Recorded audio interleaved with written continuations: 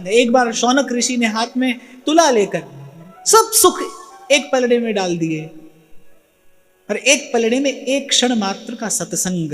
तुलया लवेना बिना स्वर्गम न पुनर्भवम् भगवत संग संगस्य मर्त्यानां किमुताशिष। इसी श्लोक को श्री गोस्वामी जी मानस में स्थान देते हैं। तात स्वर्ग अपवर्ग सुख धरिए तुला एक अंग, तूल न ताहि सकल मिली जो सुख लव सत्संग। आज श्री जी का दर्शन करने जाओ तो कहना आपकी कृपा ने मुझे सत्संग दिया है, अब कृपा करिए मुझे सत्संग का सुख मिले। क्षमा करना, अभी हमें सत्संग मिला है, सत्संग का सुख नहीं, वो सत्संग का सुख, वो सुख जिसे पाकर जाता हुआ कबीर रो पड़ता है। मैं उस सुख की बात कर रहा हूं। कहते हैं कि श्री कबीर जी के जीवन की उत्तर अवस्था में, उत्तर काल में बड़ी दीर्घ आयु कबीर जी ने पाई, और कहते भगवत विरह व्याप गया था कबीर जी को। हर दिन, हर पल, हर क्षण बस उसी क्षण की प्रतीक्षा कर रहे हैं, शाम घन कब रे मिलोगे। अच्छा, एक और बात है, संसार के वास्तविक स्वरूप का बोध हो जाने के बाद ना बहुत अधिक यहां रहने की रुचि होती भी नहीं। संत केवल सत्संग के बल पर ही यहां टिक पाता है, रह पाता है। सत्पुरुष के लिए इस संसार में रहने का कोई आधार है तो वो सत्संग ही तो है, और कैसे रहे वो। बीत काल सब जाइयो श्रवण कथन सुमिरन परती। एक सत्पुरुष कैसे कालाक्षेप करे इस घोर विषमता से भरे संसार में, इस विकृति से भरे स्थान में कोई कैसे रहे। एक सत्संग का ही तो आधार है। बड़ी दीर्घ अवस्था कबीर जी ने पाई, और कहते अंत में तो कबीर जी रोते रहते थे।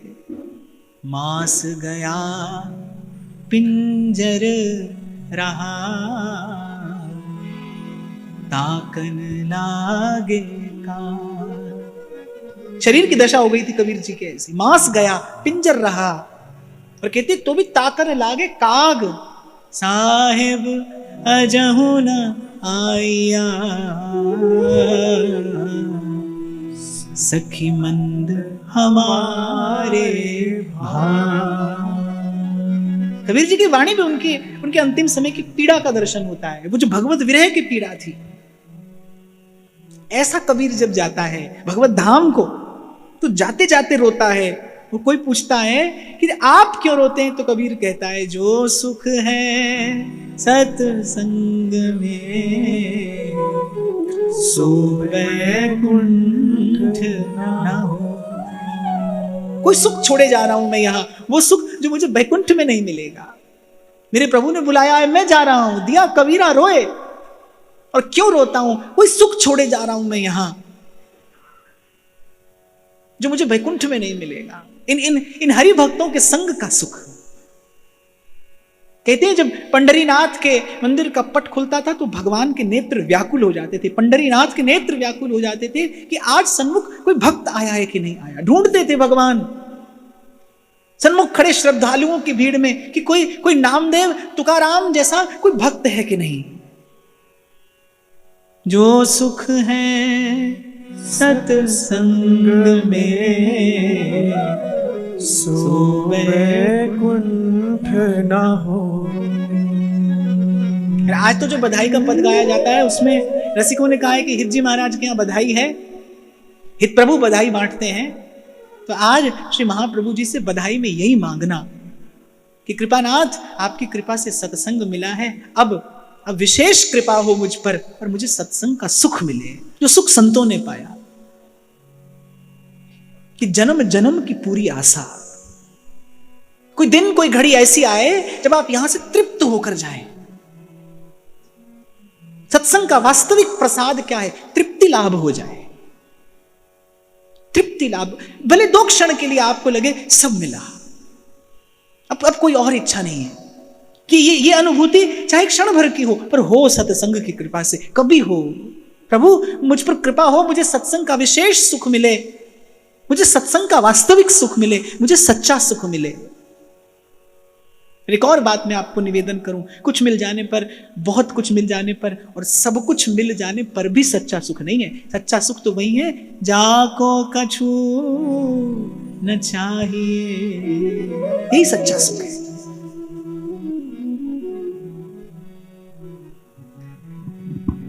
स्वर्ग मुक्ति सुख ते अतिहीन, नर राजन सुख सब तब को दीन। साधु संग समसर नहीं, सूत कयो हो दो कुलहीन। ऋषि संगति ते भयो प्रवीण, साधु संग सब ते भलो। गंगाति सेवत फल होई, संत मिलत तब ही फल सोई। सम्यक हरि हृदय बसत, जिन सुमिरन पावन घर होई। पुनि मिल के भोजन कर सोई,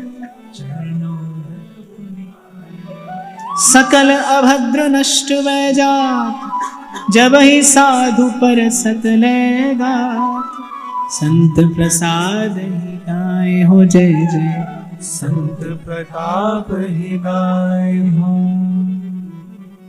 स्वर्ग मुक्ति सुख ते अतिहीन, नर राजन सुख तब को दीन। साधु संग समसर नहीं। बोले स्वर्ग और मुक्ति पर्यंत जितने सुख हैं, अच्छा यहां कह रहे हैं, बोले वो तो प्रभु सबको दे देते हैं, अगर नहीं देते तो ये सुख नहीं देते। इसलिए आपको कह रहा हूं, बार बार प्रभु से कहना, श्री जी के सन्मुख जब होना बस एक यही बात कहना, भक्ति सदा सत्संग, मुझे केवल सत्संग नहीं सत्संग का सुख दीजिए।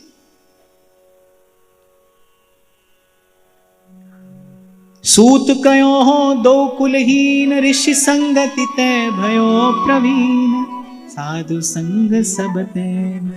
सूत जी कह रहे मैं तो सब विधि में जातिहीन हूं। जैसे रैदास कहते हैं, ओछी हमारी जात है, ओछा करम हमार।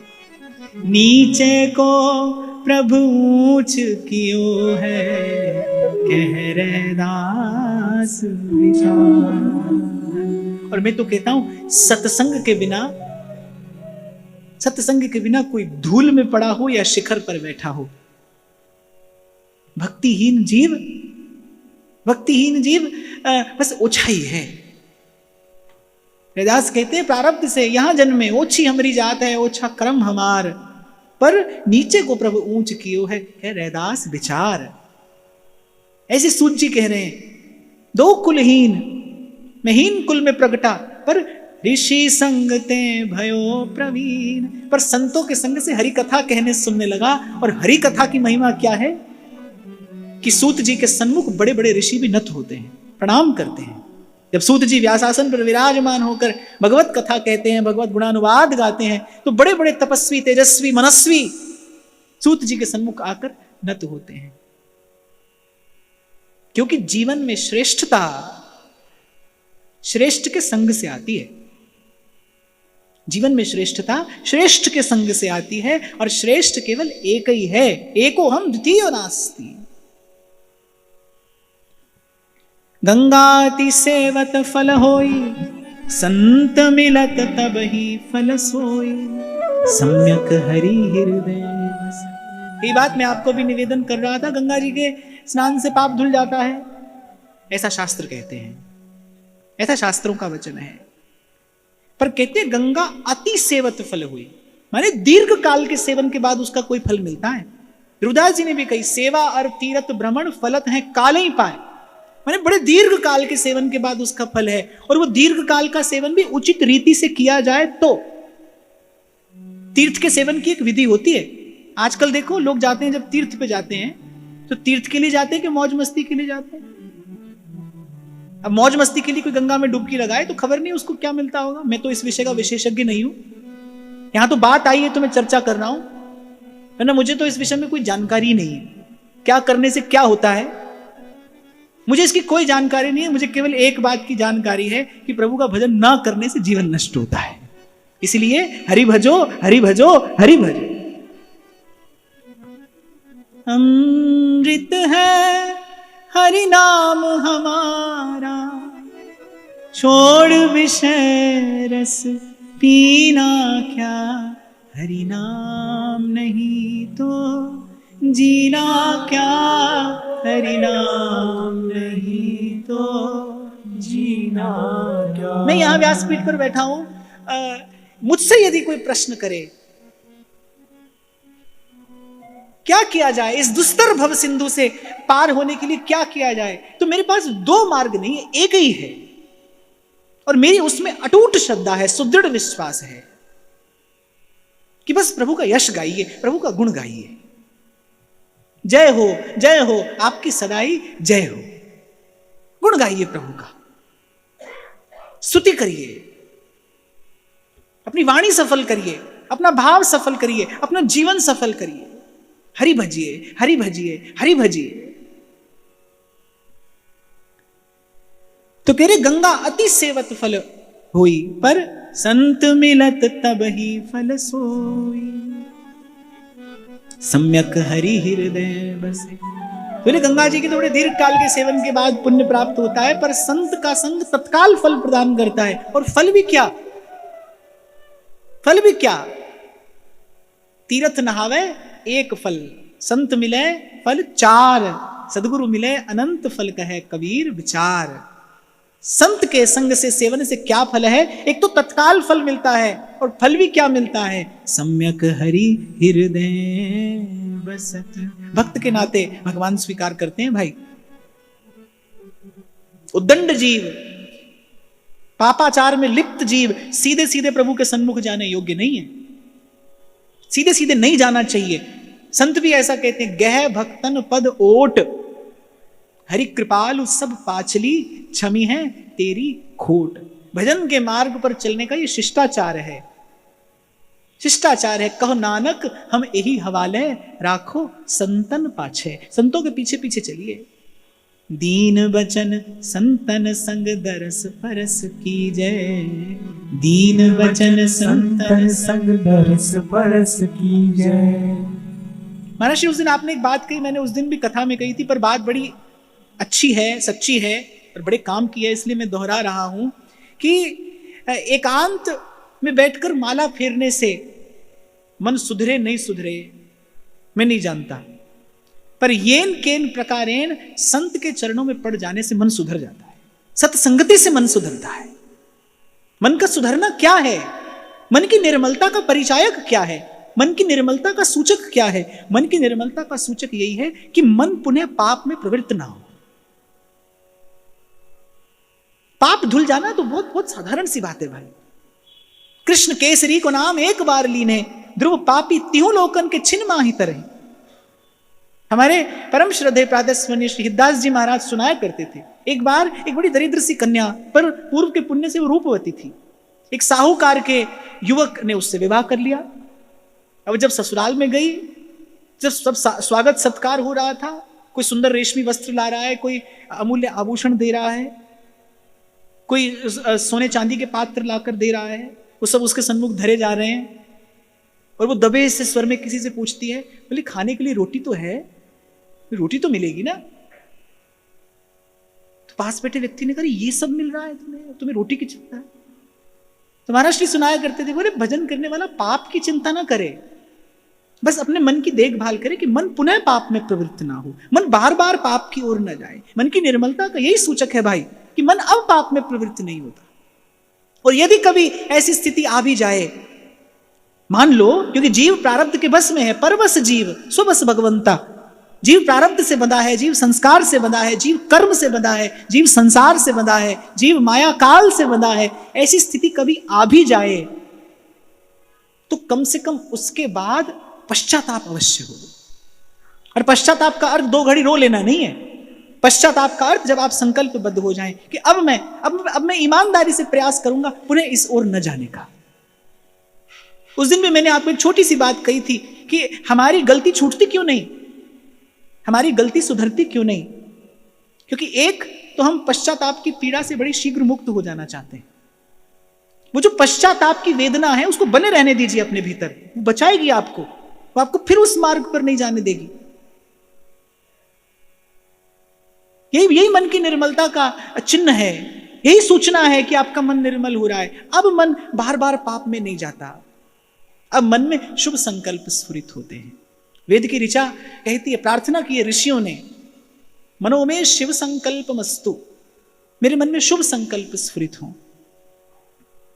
कह संत के मिलने से फल तत्काल मिलता है, और मिलता भी क्या है, सम्यक हरि हृदय बसे, जिन सुमिरन पावन घर होई, पुनि मिली कै भोजन कर सोई, चरणोदक पुनि पाई। जिनके आगमन से घर मंदिर हो जाता है। जो सुख होत संत घर आए, जो सुख होत संत घर आए, सो सुख होत नहीं सुपने, कोटिक तीरथ नहाए, संत घर आए। अब आज तो भाई दृश्य बदल गया, संत को घर में बुलाना हो तो ब्याह शादी जैसा इंतजाम करना पड़ता है। पर भक्तमाल में वो जो दिव्य चरित्र हम लोग दर्शन करते हैं कि बस ऐसे ही किसी दिन भाग्य उदय हुआ, द्वार खोला और सन्मुख हरि का नाम उच्चारण करता कोई वैष्णव संत खड़ा है, और जिसके घर आया है वो उत्सव मनाता हुआ नाच रहा है। आज के दिवस पे जाऊं बलिहारा, मेरे घर आया राजा राम जी का प्यार। एक और बात आपको कहूं, कभी हो सके आप भाव में बैठे हो, जब जीव भाव में होता है ना, जब चित्त द्रवित हो, आपका हृदय गदगद हो, ऐसा जो क्षण होता है ना, समझना प्रभु पास में है, आप प्रभु के पास हैं। जब हृदय में भाव हो तब समझना आप प्रभु के निकट बैठे हैं। ऐसी कभी स्थिति आए तो ठाकुर जी से यही कहना कि मेरे जीवन में भी कभी कोई ऐसा दिन आए, मेरे जीवन में भी कभी कोई ऐसा क्षण आए, मैं द्वार खोलूं और द्वार पर आपका कोई प्यारा संत खड़ा हो। करूं आरती चरण पखारूं, तन मन धन संतन पे वारूं, तन मन धन संतन पे वारूं। और इसे केवल कोरी भावना की बात ना समझना। मैं तो कहूंगा आज के उत्सव का यही प्रसाद व्यासपीठ से लेकर जाना। कभी ऐसा कोई दिन, कोई ऐसा क्षण आए भगवत कृपा से, गुरु कृपा से, आप भाव में बैठे हो, आपका मन भीगा हो, हृदय गदगद हो, वो क्षण होता है भगवत नैकट्य का, भगवत सामीप्य का, भगवत सानिध्य का। उस क्षण में यही प्रसाद प्रभु से मांगना। इस प्रकार कभी मेरे यहां भी उत्सव हो, क्योंकि भाई मुझे लगता है घर तो संत की चरण रज पड़ने से ही मंदिर बनता है। अब अपनी ओर से आप खूब मंदिर बना लीजिए, अपनी ओर से खूब सुंदर साज सज्जा कर लीजिए, पर जो घर आंगन है वो वास्तविक रूप में पवित्र कब होता है? जब संत के चरण पड़ते हैं, जब हरि का गुण गाता हुआ, हरि के नाम की मस्ती में झूमता कोई उल्लसित चित्त आपके घर आंगन में आता है। आप देखिए सब ओर से उपरत कबीर जैसा एक मस्त फकीर, लेकिन अगर उसको एक बात का लोभ है तो क्या है? मैं भी भूखा ना रहूं, मेरा साधु ना भूखा जाए, मेरे घर से साधु नहीं जाए। मुझे कथा ये बड़ी प्यारी है कि आ गई संतों की जमात और कुछ भी नहीं है, घर में कोई सीधा सामान नहीं है। मांगना कबीर को स्वीकार नहीं है। वो भिक्षा याचना करने वाला साधु नहीं है, वो बड़ा स्वाभिमानी है, उसे मांगना स्वीकार नहीं है। वो कहता है मांगना है तो केवल प्रभु से ही मांगना है। तो कबीर कहता है कैसी बने तुम संगे, आप न देहूं तले हूं मंगे। कबीर जी कहते प्रभु आप मुझे कह दीजिए आप नहीं देंगे तब मैं संसार से मांगने जाऊं, अभी तो मेरी आशा आपसे ही लगी है। और फिर चुटकी लेते हुए कहता है कबीर कि मैंने बहुत अधिक भी नहीं मांगा, मुझे किसी से लेना देना थोड़ी है। हो मांगो संतन रहना, मैं नाही किसे का देना रे माधो, कैसी बने तुम संगे, आप न देहू तले हूं मंगे। और मांगता भी क्या हूं मैं? दोई सिर मांगू चूना और पाव घेओ संग लूना, अध सिर मांगू दाले मोकू दोनों बखत जीवाले, खाट मांगू चौपाई सिरहाना और तुलाई, मैं नाही किया लबो एक नाम तेरा मैं फबो, कह कबीर मन मान्या तो हर जान्या, जी गोपाल तेरा आसरा, जी दयाल तेरा आसरा। महाप्रभु की कृपा से ये चर्चा इस बिंदु पर आ गई, क्योंकि महाप्रभु का अगर हार्द है तो वो यही है, साधु संगति करूं दिन राती। सत्संगति ही उनका इष्ट तत्व है, उनकी उपासना का मूलभूत सिद्धांत है। सेवक जी महाराज कहते हैं, हित हरिवंश जो कही श्याम श्यामा पद कमल संगी सिर नायो, और ते न वचन मानत गुरुद्रोही निस्दिन करत आपनो भायो। सेवक जी महाराज कह रहे हैं, जो ये ना करके कुछ और करता है वो गुरुद्रोही है, मनमुखी है। ते न वचन मानत गुरुद्रोही निस्दिन करत आपनो भायो। हितजू महाराज का सिद्धांत तो एक ही पंक्ति में सिमटा है, श्याम श्यामा पद कमल संगी सिर नायो। इसलिए आपसे कह रहा हूं, आप राधा वल्लभ लाल को बधाई देने जाओगे, आशीष देने जाओगे, यही कहना एक तो मुझे सत्संग का सुख मिले, और प्रभु कभी मेरे जीवन में भी ऐसे उत्सव का क्षण आए, मेरा हृदय भी मंदिर बने, मेरा घर आंगन भी मंदिर जैसा पवित्र हो, आपके किसी प्यारे संत के चरण सहसा पड़ जाएं, बस आपकी मस्ती में झूमता कोई संत कभी मेरे द्वार पर आ जाए। जिन सुमिरन पावन घर होई, पुनि मिल के भोजन कर सोई, चरणोदक पुनि पाई जय। संत घर में आएगा तो चरणामृत और शीत प्रसाद तो मिलेगा ही। और हमारे व्यास जी कहते हैं, जो षटमास व्रतन कीने फल एक शीत के स्वाद।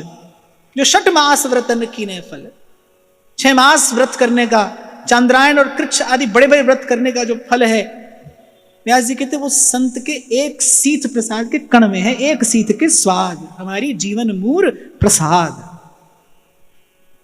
सकल अभद्र नष्ट वै जात, जब ही साधु पर सत लेगा, संत प्रताप ही गाए हो जय जय, संत प्रताप ही गाए हो। और कह रहे जीव का सकल अभद्र नष्ट होता है जब ही साधु परसत लेगा, संत के स्पर्श से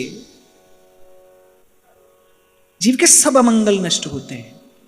पूर्व मैंने शायद आपको ये घटना कभी सुनाई थी, इसी आंगन की बात है, यहीं पर जहां पर आप बैठे हैं। उन संत की गाड़ी थी श्री गोपालाचार्य जी महाराज। मुझे पूज्य श्री मृदुल माधव जी महाराज ने कहा कि बड़े सुंदर संत हैं, आप दौड़ कर जाइए, दर्शन करिए, वो जा रहे हैं। इस स्थान पे बहुत रहे महाराज श्री। मैं था, मेरे संग 3-4 लोग और थे, शायद मां भी थी। हमारे सौभाग्य से हमें उनका दर्शन हुआ, और जैसी गाड़ी का द्वार खोला, उनके चरणों का स्पर्श किया, वात्सल्य की वो मूर्ति थे। जैसे ही उन्होंने मस्तक पर हाथ रखा, ऐसे ही बस नेत्रों से जल की धारा बहने लगी। नहीं जानते कारण क्या है, बस उस संत के स्पर्श से ऐसे लगा कि जैसे किसी सुमधुर भाव का संचरण हो गया हो भीतर। 2 घड़ी के लिए हम नहीं रहे, ऐसा लगा 2 घड़ी के लिए मैं नहीं हूं, कोई और हूं, कुछ और हूं। उस संत के स्पर्श से कोई ऐसी दिव्य चेतना की प्रसाद प्राप्त हुई। इसीलिए इस वाणी का गान करते मुझे वो घटना स्मरण में आ गई। बिल्कुल सत्य ऐसा ही है। सकल अभद्र नष्ट वै जात, जब ही साधु पर सत लेगात, संत प्रसाद ही पाए हो जय जय, संत प्रताप ही गाए। कहते जब साधु स्पर्श करता है। अच्छा, साधु के स्पर्श करने की विधि भी अनेक हो सकती है। श्री अखंडानंद जी महाराज सुनाया करते थे, जैसा शिष्य होता है वैसी ही दीक्षा होती है। समर्थ संत हो तो वो दृष्टि से भी स्पर्श करता है, केवल हाथ से ही स्पर्श नहीं किया जाता, वो दृष्टि से भी स्पर्श करता है। वो आपको अपने विचार से भी छू लेता है। कभी कभी कोई हमें अपने विचार से भी छू लेता है, हमारे भीतर तक उतर जाता है वो अपने विचार से, अपने शब्द से, अपनी भावना से। तो संत अपने विचार से भी छू लेता है, संत अपने भाव से भी छू लेता है। संत अपनी दृष्टि से भी छू लेता है। और मैंने देखा है संत कभी कभी मौन दूर, आपको खबर भी ना पड़े शायद, कभी वो मौन दूर बैठा कभी कभी आपको अपने संकल्प से भी छू लेता है। वो आपके उर अंतर का शोधन कर देता है, मार्जन कर देता है अपने संकल्प से। पर यह बात बिल्कुल निश्चित है कि साधु स्पर्श करता है, संत का स्पर्श होता है, वो मनसा हो, वाचा हो या कर्मणा हो, कैसा भी हो, पर संत के स्पर्श से जीव का अभद्र नष्ट होता है, जीव शुद्ध होता है, निर्मल होता है। सो ये बात मैं थोड़ी देर पहले आपको निवेदन कर रहा था। जब मन हो जाता है मैला सा, लगता है कि अब भजन नहीं हो रहा है, कब हूं मन तू तो चल जा, तो मैं तो कम से कम यही विधि अपनाता हूं, मैं तो यही युक्ति काम में लाता हूं, कुछ देर किसी संत के पास जाकर बैठ जाता हूं। अच्छा, कुछ कहना सुनना नहीं होता, कोई आवश्यक नहीं है संत कुछ कहे आप सुने। मेरा मानना है किसी किसी का होना ही उत्सव होता है। बस कभी कभी कोई है, बस यही उत्सव है, वो कुछ नहीं कहता, वो कुछ नहीं करता, बस वो है, उसके होने में ही उत्सव है। और जैसे कितनी भी ऊंची श्रेणी का साबुन आपके पास क्यों ना हो, कितना भी महंगा, कितना भी सुगंधित, लेकिन वो अकेला आपके तन का मैल नहीं दूर कर सकता, उस जल की आवश्यकता है। अपना साधन कितना भी श्रेष्ठ क्यों ना हो, अपने साधन में कितनी भी सामर्थ्य क्यों ना हो, लेकिन मन का मैल संत की कृपा रूपी जल के बिना नहीं धुलता।